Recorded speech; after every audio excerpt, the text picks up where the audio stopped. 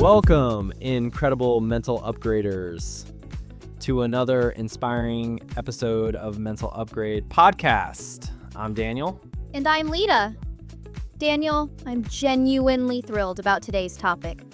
It feels like something we all need to hear, especially when life gets a bit routine. Absolutely, Lina. It's a message that resonates deeply because, let's be honest, we've all been there. That feeling of hitting a plateau or wondering if there's more to life than the daily grind. Today, we're diving into Wake Up Your Potential. You were made for more. Oh, this is a powerful one.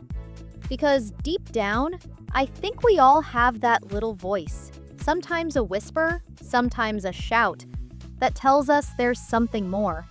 More to do, more to be, more to experience. But it's so easy to get caught in the comfortable, the familiar, and simply settle. Exactly. Our goal today is to ignite that spark within you, to challenge the idea of just getting by, and to give you the practical and mindset shifts needed to start taking action towards a life filled with purpose, excitement, and genuine fulfillment. We're going to tackle some big ideas, but in our usual, down-to-earth, actionable way. We'll explore why we often feel stuck, even when we secretly crave more, and why comfort can sometimes be the most painful place to be. We'll then break down how tiny, consistent steps can lead to monumental shifts, and ultimately, remind you that you are uniquely equipped to make a significant impact on the world around you. This is a call to action, mental upgraders. Are you ready, Daniel? More than ready, Lina. Let's unleash some potential. Lina, let's dive straight into something I hear so often, and I'm sure you do too. People feeling absolutely stuck, like they're just on a treadmill going nowhere. The first thing we need to do is to break the idea of this is just how I am. Oh, that phrase. It's like a mental concrete block, isn't it? I'm just not a morning person. I'm just bad with money. I'm just not good at public speaking. It sounds like an explanation, but it's really a limitation. Exactly. It's a self-imposed prison sentence. We often use I am this way to justify inaction or to avoid the discomfort of change.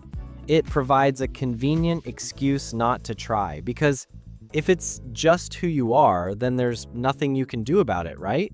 Except that's completely false. And it ties back beautifully to something fundamental about our brains. Your brain is not fixed. It's constantly reorganizing itself based on your thoughts, actions, and experiences. So, the idea that this is just how I am contradicts everything we know about how the brain works. Bingo. It's a limiting belief masquerading as an unchangeable truth.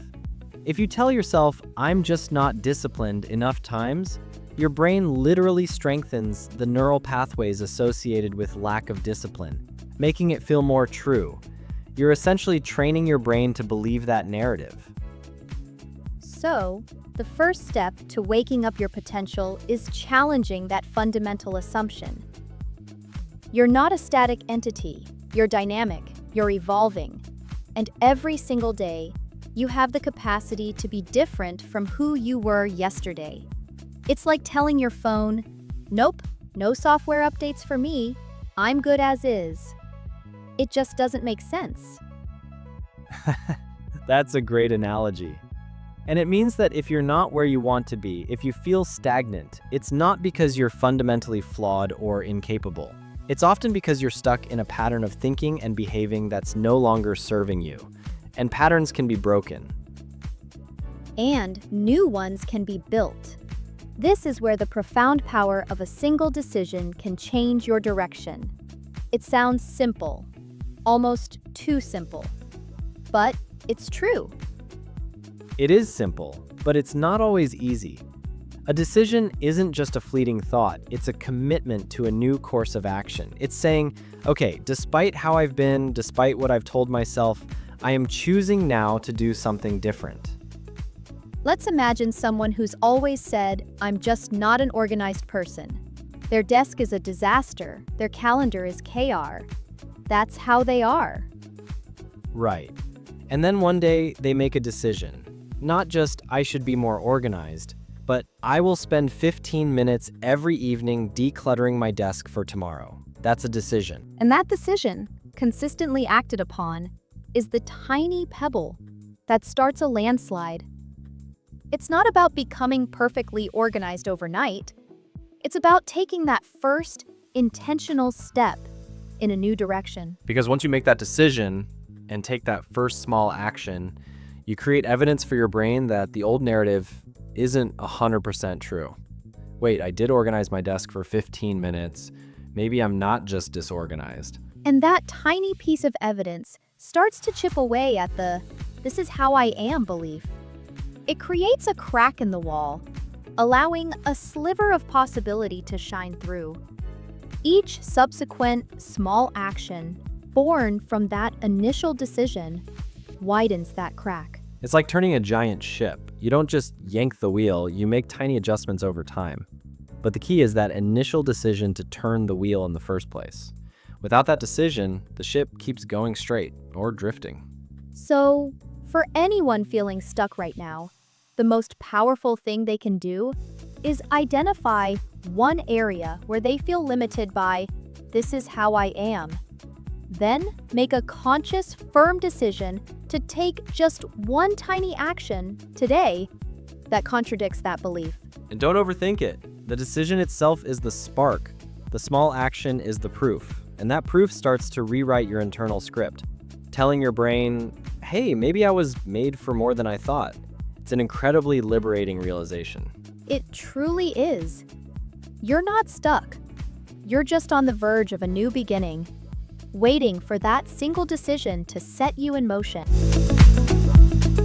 Okay, Daniel, we just talked about the liberating feeling of breaking free from limiting beliefs.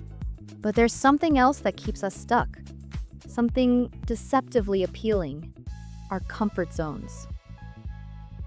And while they sound cozy and safe, they can actually be incredibly painful. So, let's explore why being comfortable can also hurt. Oh, the comfort zone. It's like a warm blanket that slowly turns into a straitjacket. It promises safety and predictability, but it often delivers stagnation and regret. The pain of the comfort zone isn't usually immediate or sharp. It's a dull, chronic ache of unfulfilled potential. That's such a great way to put it. A dull, chronic ache. Because it's not like you're actively suffering in the comfort zone, right? You're just neutral. Exactly. You're comfortable, but you're not growing. You're not challenging yourself. You're not learning new things. You're not pursuing those dreams that truly excite you. And human beings are wired for growth. When we stop growing, we start decaying mentally and emotionally. That's the pain. So, the discomfort of growth, of trying new things, is often immediate and acute, but temporary. Whereas the pain of staying comfortable is subtle, insidious, and long-term. It's the pain of regret. Oh, the regret. That's the ultimate discomfort. It's looking back 5, 10, 20 years from now and thinking, I wish I had tried. I wish I had taken that chance. I wish I hadn't let fear or complacency keep me small. That regret can be far more agonizing than any temporary discomfort of stepping outside your comfort zone. So, staying in a job you dislike because it's stable, or not pursuing a passion because it feels risky, or avoiding difficult conversations to maintain superficial peace. These are all examples of choosing comfort now at the expense of potential pain later. Precisely. And this leads us to a fundamental question everyone needs to ask themselves.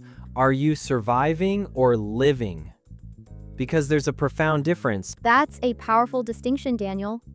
Surviving feels like just getting by, enduring, making it through the day. Yeah, surviving means you're operating from a place of necessity and fear. You're focused on avoiding negative outcomes, on maintaining the status quo, on just making it to Friday. Your brain is in constant threat detection mode, trying to conserve energy and minimize risk. You're meeting your basic needs, but you're not thriving. You're just existing. So a person surviving might be in a relationship that's fine but lacks passion, or in a job that pays the bills but offers no fulfillment. They're not actively unhappy, but they're not truly joyful either. You got it. And the pain of that kind of survival is subtle. It's the feeling of emptiness, the lack of excitement, the constant background hum of, is this all there is? It erodes your spirit slowly, imperceptibly. It's often disguised as, quote, being realistic or being responsible. And then there's living. What does living truly look like? Living, on the other hand, is about thriving, growing, and experiencing. It means consciously pursuing your passions, taking calculated risks, embracing challenges, and aligning your actions with your deepest values and purpose. Your brain is engaged in problem-solving, creativity, and reward-seeking behavior. You're expanding, learning, and truly engaging with the world. So, a person who is living might choose to start that side business, even if it's scary because it aligns with their passion. Or they might finally address that challenging conversation in a relationship to build deeper intimacy, even if it's uncomfortable. Exactly. They understand that genuine fulfillment doesn't come from avoiding discomfort, but from embracing it in the service of something meaningful. The pain of living is the temporary discomfort of growth, the fear, the uncertainty, the effort, but it's a pain that leads to expansion, joy, and ultimately a profound sense of purpose. It's the difference between living on autopilot and actively designing your life. The comfort zone promises ease, but it delivers stagnation. It keeps you small, prevents you from discovering your true capabilities, and ultimately leaves you wondering, what if? So, for anyone listening who feels that dull ache of complacency, who recognizes they might be surviving rather than truly living, this is your wake-up call. The pain of growth is temporary, but the pain of unlived potential, of chronic comfort, can last a lifetime. Choose to live. Choose to truly live. It's a powerful decision. Okay, Daniel, we've broken down why we often feel stuck and why even comfort can be painful. But for someone who feels overwhelmed by the idea of waking up their potential or living more, the gap between where they are and where they want to be can feel immense. So, how do we bridge that gap? It's all about small steps leading to big shifts. Absolutely, Lina. This is crucial. People often get paralyzed by the enormity of their goals. They want to write a book, but they think they need to block out 8 hours a day. They want to get fit, but they imagine grueling gym sessions. This leads to inaction. The truth is, minimum changes can have a maximum lasting impact. It's about that consistent effort, right? Not the grand gesture. Exactly. Think of it like compounding interest, but for your life. A tiny, consistent effort, repeated daily, can lead to exponential results over time. Your brain loves small, achievable wins. Each small victory releases a little hit of dopamine, our favorite motivation chemical, reinforcing the new behavior and building momentum. So instead of trying to overhaul your entire life in one go, you pick one tiny habit and focus on that. Precisely. Let's take an example. If your goal is to learn a new language, don't aim for an hour of study every day from the start. That's overwhelming. Instead, commit to 5 minutes a day using a language app. Just 5 minutes. That's a minimum change. And after a week, that's 35 minutes. After a month, it's over 2 hours. And after a year, that's 30 hours of focused learning. That's a significant amount of progress from just 5 minutes a day. Exactly, and here's the magic. Once those 5 minutes become effortless, you'll naturally start extending it to 10, then 15. Your brain won't resist because it's already built the habit loop and associated it with a small reward. This applies to anything. Want to exercise more? Do 10 push-ups. Want to read more? Read 1 page.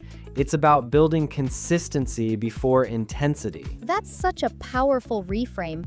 It makes waking up your potential feel so much more accessible. So, what are some of these small habits that can truly activate your sense of purpose and lead to those big shifts? Great question. These are habits that shift you from merely reacting to consciously creating. The 5-minute power start.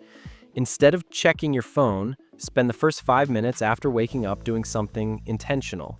It could be deep breathing, listening to an inspiring song, or simply setting an intention for your day. This small act of choosing how you start can set a proactive tone. So, it's about taking immediate control, even if it's just for 5 minutes. Absolutely. Next, mindful micro breaks. Throughout your day, instead of reaching for your phone during lulls, take a 1 to 2 minute mindful break. Look out the window, stretch, listen to the sounds around you, or take a few deep breaths. This recenters you and prevents the mindless consumption cycle. It gives your brain a chance to reset and return to a state of clarity. That's so simple, but so effective for battling the constant digital pull. What else? The 1 small step rule for big goals. If you have a big, overwhelming goal, identify the absolute smallest, most trivial action you can take towards it today. Want to start a business? The 1 small step might be to research 1 competitor. Want to get healthy? It might be to drink an extra glass of water. It's about building consistent momentum. So, breaking down the seemingly insurmountable into bite-sized, digestible pieces. That makes it feel less scary. Exactly. And then, the purpose pause at the end of the day. Before you go to bed, take 5 minutes to reflect on your day. Not just what you did, but why you did it. Did your actions align with your values? What did you learn? What small step will you take tomorrow? This strengthens your sense of purpose and helps you calibrate your direction. So, it's not just a review of accomplishments, but a deeper reflection on meaning and alignment. Precisely, it helps you connect your daily actions to your bigger vision. And finally, consistent learning. Dedicate 15 to 20 minutes a day to learning something new that excites you or relates to a passion. This isn't for work, it's for personal growth. It could be reading a nonfiction book, watching a documentary, or listening to an educational podcast, like this one. Oh, clever plug. But seriously, consistent learning keeps your brain engaged, curious, and open to new possibilities. It fuels that inherent drive for growth.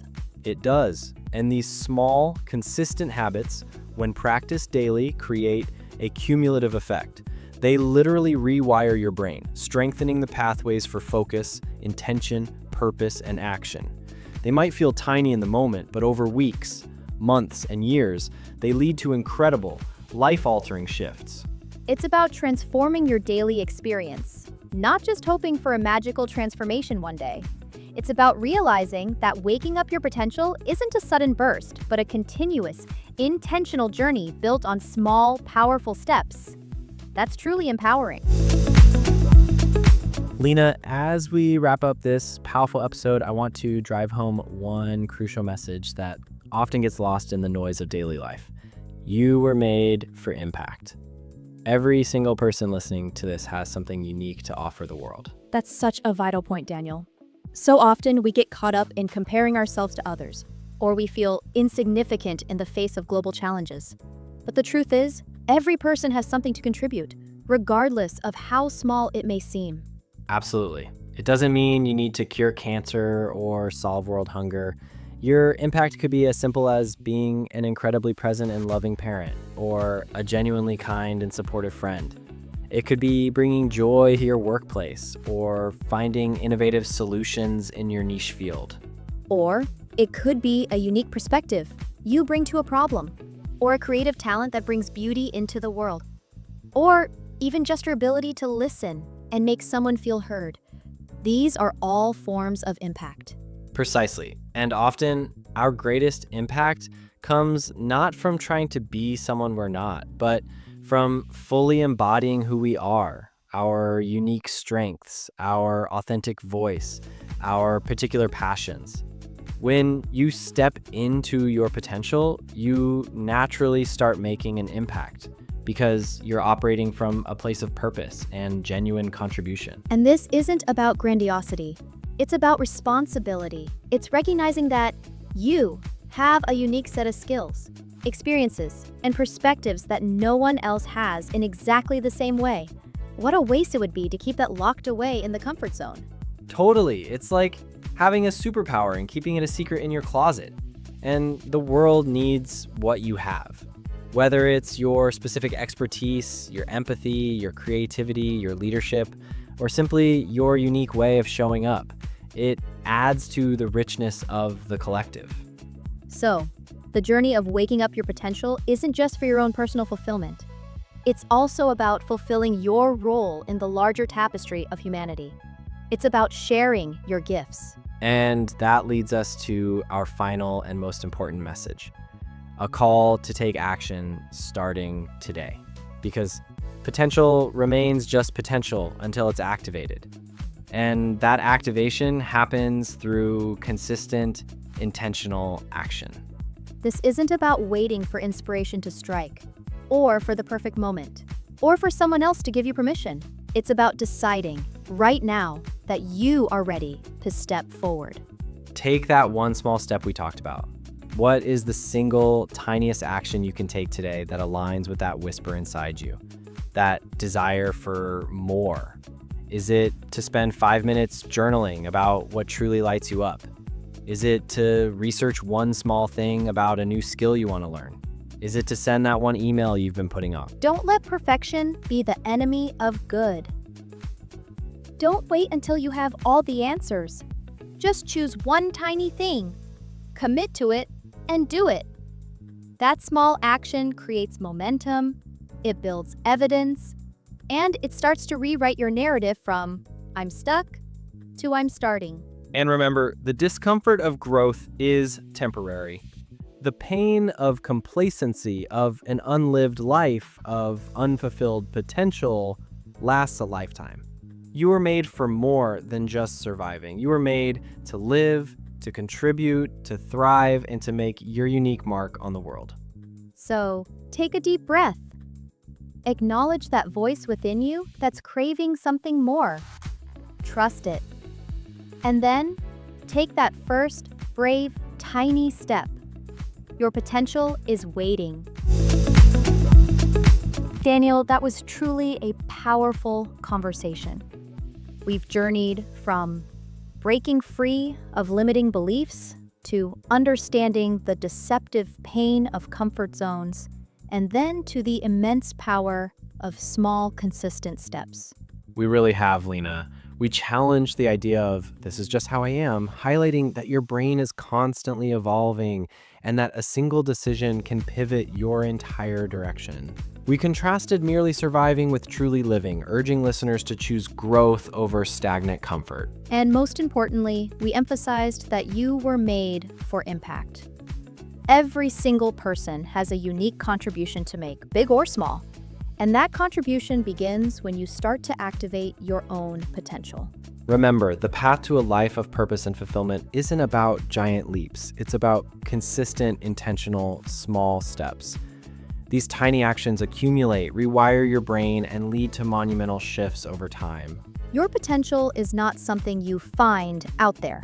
It's something you wake up within yourself through consistent effort and a courageous willingness to step beyond what's comfortable. We are so passionate about empowering you on this journey to awaken your fullest self, and your engagement makes this podcast community truly special. So, if today's conversation ignited a spark within you, if you feel ready to wake up your potential, please do us a huge favor. Hit that like button right now. It helps us know that this content resonates with you and helps more people discover our message.